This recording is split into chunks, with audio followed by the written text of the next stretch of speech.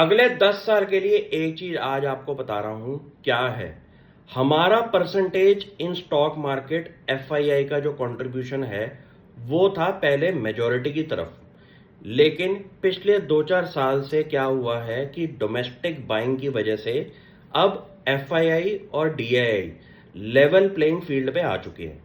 और अगले 10 साल के टाइम पीरियड में जहां तक कैलकुलेशन चल रही है इंक्रीमेंटल ग्रोथ की, आप ये कह सकते हैं प्राउडली कि अगले 10 साल के अंदर डोमेस्टिक फंड मैनेजर्स जो हमारे म्यूचुअल फंड्स हैं, फाइनेंशियल इंस्टीट्यूशंस हैं, इंश्योरेंस कंपनीज हैं, उनकी percentage in Indian stock market outpace कर देगी एफआईआई को, जिससे कि हमारे को ग्लोबल सिनेरियो की लिक्विडिटी की वजह से प्रॉब्लम्स नहीं फेस होंगी। हमारी अपनी डोमेस्टिक इकोनॉमी का पैसा मार्केट में लगेगा ज्यादा, जिसकी वजह से कंसिडरेबल वॉलेटिलिटी जो हो रही थी वो होना बंद हो जाएगी। अगले 10 साल की सबसे बड़ी फील्ड क्या है? फाइनेंशियल सर्विसेज फील्ड, जहां पे बहुत बड़ा बड़ा पैसा मार्केट में जाएगा इंश्योरेंस कंपनीज के पास, म्यूचुअल फंड्स के पास, एसआईपीज जो इतनी बड़ी बड़ी हो रही है, और इसका कंट्रीब्यूशन स्टॉक मार्केट में जब कंसिडरेबल बन जाएगा तो हमारी डोमेस्टिक इन सिनेरियो इतना स्ट्रांग हो जाएगा कि एफआईआई की सेलिंग से इंडियन मार्केट को ज्यादा फर्क नहीं पड़ने वाला, क्योंकि लेवल प्लेइंग फील्ड तो अभी से ही हो चुकी है कि 2025 में हम इनके बराबर आ चुके हैं।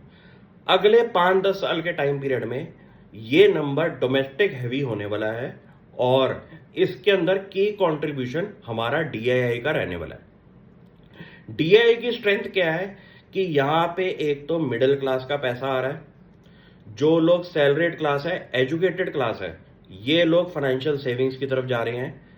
एचएनआई बंदा क्या है? हाई नेट इंडिविजुअल अपने पोर्टफोलियो के अंदर रियल एस्टेट का कंट्रीब्यूशन थोड़ा सा कम करेगा और वो पैसे का एक्स्ट्रा पार्ट इंडियन मार्केट में लेके आ रहा है। तो अगले 10 साल की थीम फाइनेंशियल सेविंग्स को लेके अगर मैं आपको बता दूं तो आप ये समझ सकते हो कि डीआईआई का कंट्रीब्यूशन बहुत बड़ा होने वाला है। यहां से खासियत क्या है कि हमारी डोमेस्टिक इकोनॉमी का पैसा अगर इंडियन स्टॉक मार्केट में जा रहा है तो यहां पे आपको बाहर की वॉलेटिलिटी की वजह से फर्क नहीं पड़ने वाला अगले 10 साल के टाइम पीरियड में, क्योंकि अभी से ये कंट्रीब्यूशन बराबर पे आ चुका है।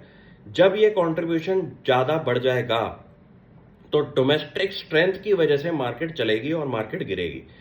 डोमेस्टिक स्ट्रेंथ कम होगी तो मार्केट गिरेगी, डोमेस्टिक स्ट्रेंथ बढ़ेगी तो मार्केट बढ़ेगी।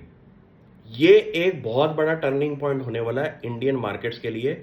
और सबसे बड़ी बात इसमें क्या है कि आने 10 साल के बाद आपको ये देखना है कि एक कंपनी के पीछे 2 टाइप के बड़े इन्वेस्टर घुस रहे हैं, एफआईआई और डीआईआई। तो ये कंपनियां तो बढ़ने नहीं वाली, इनके शेयर प्राइस का जो वॉल्यूम है, जो नंबर ऑफ शेयर्स हैं, वो तो नहीं बढ़ने वाले ना।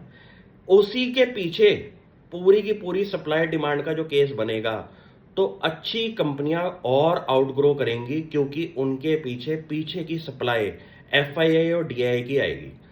अच्छी कंपनियों को फोकस करना शुरू कर दो, क्योंकि इनके पीछे अभी तो डीआईआई घुसा हुआ है, बाद में एफआईआई भी घुसेगा इनको लेने के लिए, क्योंकि नंबर ऑफ शेयर्स तो बढ़ने नहीं वाले उन कंपनियों के जब तक वो फंड रेजिंग ना करें। अगर वो share number of share same रह गए और डीआईआई आज की डेट में उनको खरीद रहा है बिकॉज ऑफ पास्ट परफॉर्मेंस, तो आप ये समझ लियो कि बाद में जब एफआईआई घुसेगा उन कंपनियों के अंदर तो वो कंपनियां और तेजी से बढ़ने वाली हैं। टाइम लगेगा, टाइम पीरियड 5-10 साल कह रहा हूं, लेकिन इस गणित पे कैलकुलेशन लगाओ।